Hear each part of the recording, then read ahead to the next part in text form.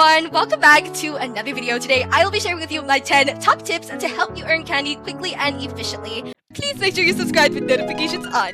First tip is not to go apple bobbing. It is a slow way of getting candy. I know for each apple you might get 10 or 20 candies, but the chances of you getting an apple is much lower than the chances of you getting chased by a monster. In fact, the rest of this video is just trick-or-treating tips because trick-or-treating is the way I used to farm candy and I get a lot of candy from that compared to apple bobbing. My second tip is to remove heels if you are wearing them. I'm currently wearing the Royal Rebel boots. We're just going to remove them and I'm now barefoot. When you go trick-or-treating, go barefoot because it is easier for you to pick up the candy. Sometimes when you're wearing heels, it won't pick up the candy. So take off your heels before you go trick-or-treating. My next tip is to make sure you check near the side of the road because candy can get stuck in this place, especially, like that one's like halfway stuck in the middle of this. So make sure you check there because you can still collect candy and sometimes candy does get stuck really deep inside. So you don't want to be missing out any candy at all. My next tip, it's obvious, do not stand too close to the door for two reasons actually. The first one is because monsters. If you ring the doorbell and you're too close to the door and get monsters instead of candy,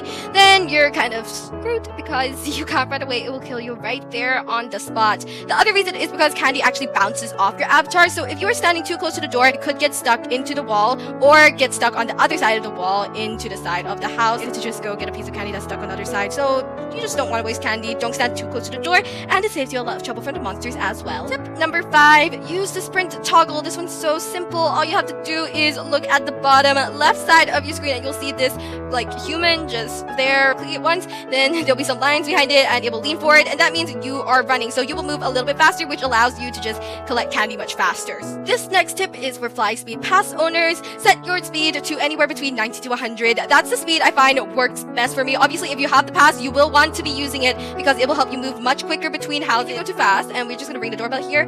Move away a bit and try to collect the candy now. You could get stuck in the walls or throw your candy all the way to the side of the house, which will make it harder for you to collect the candy. The next tip is to use E instead of the ring the doorbell button. If you get close enough to the house, you will find the doorbell ring button, but you can actually just ring the doorbell by clicking E on your keyboard. I'm gonna do it right now without clicking the button. You can see that my cursor is very far away from the doorbell button and we're just gonna press E once. There, now my dialogue has came out and oh, that candy just flew in my face, but there we got candy without having to click the doorbell button at all. So this saves you time from finding the button and having to move your cursor onto it. If you don't see the button, then the door won't open for you. So you might be close to the house and if you press E, you'll still have like the dialogue come out. Look, I'm just spamming E at this point, but the door won't open unless you can see the doorbell button. So just get in range of the doorbell button so that it appears on your screen. It's just much faster to farm. I got stuck in a roof. My next tip is to do things systematically. Don't just go around this town and ring on random houses because chances are you will go to a house that you've already been before the timer is up and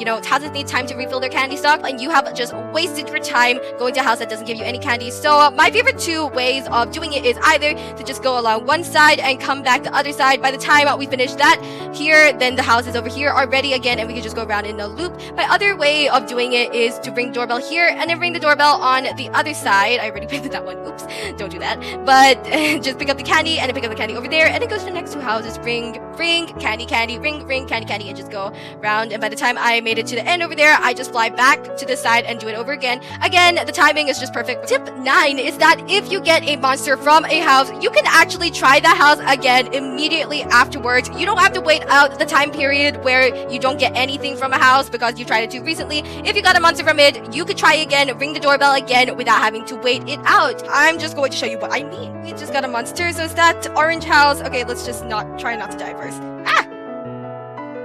So it was this orange house that the twins spawned from. It's obviously, I just rang it recently. We're gonna try again now. And look, I just got candy out of it. So yeah, that's what I meant. You can use the same house that you got a monster from immediately without having to wait it out. My last tip is to keep track of your energy through this icon. It's a visions icon in your phone. If you click that, you can see your energy bar. Anywhere between the blue and the purple range is a good time to go recharge. The easiest way is just to reset your character or get a monster to chase you.